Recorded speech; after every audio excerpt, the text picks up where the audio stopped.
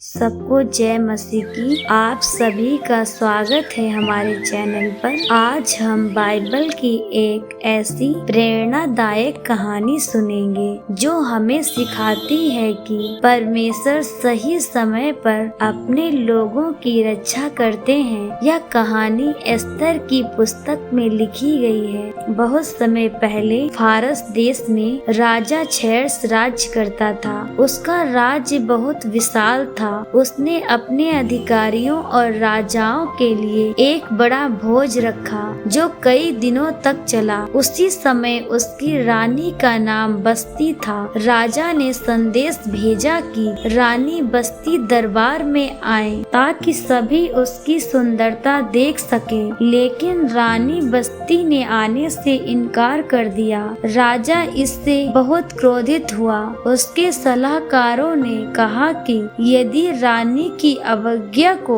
अनदेखा किया गया तो पूरे राज्य की स्त्रियां भी अपने पतियों का आदर नहीं करेंगी। इसलिए राजा ने बस्ती को रानी के पद से हटा दिया। इसके बाद पूरे राज्य में एक नई रानी की खोज शुरू हुई। बहुत सी युवतियों को राजमहल में लाया गया। उनमें से एक यहूदी युवती भी थी जिसका नाम एस्तर था। एस्तर के माता पिता नहीं थे। उसका पालन पोषण उसके चचेरे भाई मोर्दके ने किया था। मोर्दके ने एस्तर को परमेश्वर का भय मानना सिखाया था। एस्तर सुंदर होने के साथ साथ विनम्र, बुद्धिमान और परमेश्वर पर विश्वास रखने वाली थी। जब राजा ने उसे देखा तो वह उससे प्रसन्न हुआ और उसने एस्तर को नई रानी बना दिया। लेकिन मोर्दके ने एस्तर से कहा था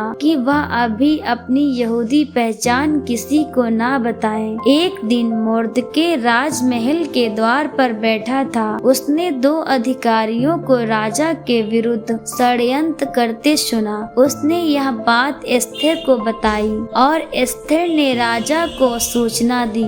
जांच हुई और षड्यंत्र सच निकला। इस घटना को राजकीय इतिहास में लिखा गया। कुछ समय बाद राजा ने हामान नाम के एक व्यक्ति को बहुत ऊंचा पद दिया। राजा ने आदेश दिया कि सभी लोग हामान को झुककर प्रणाम करें, लेकिन मोर्दके ने ऐसा नहीं किया क्योंकि वह केवल परमेश्वर की आराधना करता था। हामान इससे बहुत क्रोधित हो गया। उसने केवल मोर्दके को नहीं बल्कि पूरे यहूदी समाज को नष्ट करने की योजना बना ली। उसने राजा को धोखे में रखकर एक आदेश निकलवा दिया कि निश्चित दिन सभी यहूदियों को मार दिया जाए। जब मोर्दके को यह समाचार मिला तो उसने टाट पहन लिया और रोने लगा। उसने एस्तर को संदेश भेजा कि अब समय आ गया है कि वह अपने लोगों के लिए राजा से विनती करे। एस्तर जानती थी कि बिना बुलाए राजा के सामने जाना मृत्यु का कारण बन सकता है। फिर भी उसने कहा, पहले 3 दिन तक मेरे लिए उपवास करो। मैं भी उपवास करूंगी। उसके बाद मैं राजा के पास जाऊंगी।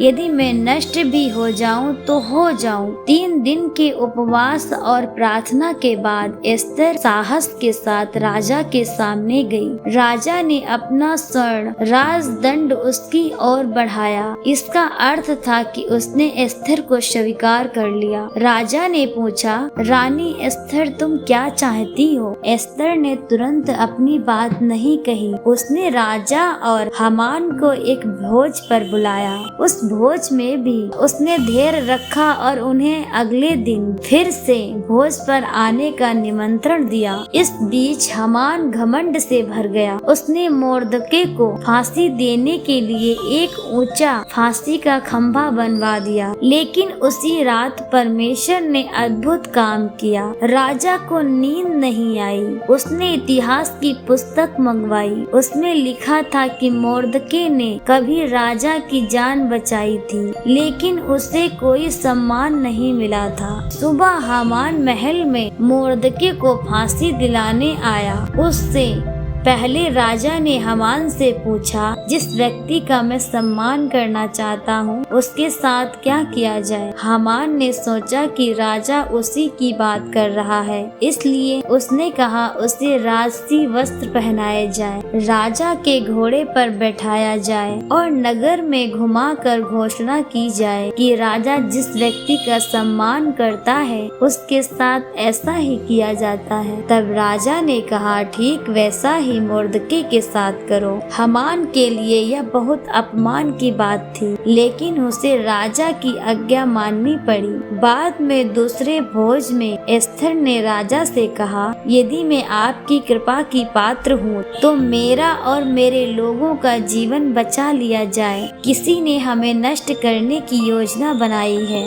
राजा ने पूछा, वह कौन है? एस्थर ने उत्तर दिया, वह दुष्ट व्यक्ति हामान है। राजा बहुत क्रोधित हुआ। हामान की साजिश सामने आ गई। अंत में उसी फांसी के खंभे पर हामान को लटका दिया गया, जिसे उसने मोर्दके के लिए तैयार कराया था। राजा ने मोर्दके को सम्मानित किया और उसे ऊंचा पद दिया। यहूदियों को अपनी रक्षा करने की अनुमति मिली और वे बच गए। इस घटना की याद में यहूदियों ने पुरीम का पर्व मनाना शुरू किया, जिसे वे आज भी स्मरण करते हैं। इस कहानी से हमें यह सीख मिलती है, परमेश्वर सही समय पर कार्य करते हैं, चाहे हमें देर क्यों न लगे। प्रार्थना और उपवास में सामर्थ्य है। परमेश्वर अपने लोगों को कभी नहीं छोड़ते। घमंड का अंत विनाश है, लेकिन नम्रता का फल सम्मान है। परमेश्वर साधारण लोगों को उपयोग असाधारण कार्यों के लिए करते हैं। आइए हम भी एस्थर की तरह साहसी बने, मोर्दके की तरह विश्वास योग्य रहें और हर परिस्थिति में परमेश्वर पर भरोसा रखें। परमेश्वर आप सभी को आशीष दे। आमीन। यदि आपको आज की यह बाइबल की कहानी पसंद आई हो तो वीडियो को लाइक करें, अपने परिवार और मित्रों के साथ साझा करें और हमारे चैनल को सब्सक्राइब करना ना भूलें, ताकि आप परमेश्वर के वचन से जुड़ी ऐसी ही और आशीषित कहानियाँ सुनते रहें। परमेश्वर आप सभी को भरपूर आशीष दे। अगले वीडियो में फिर मिलेंगे। तब तक प्रभु यीशु मसीह की शांति और अनुग्रह आप सभी के साथ बना रहे। आमीन।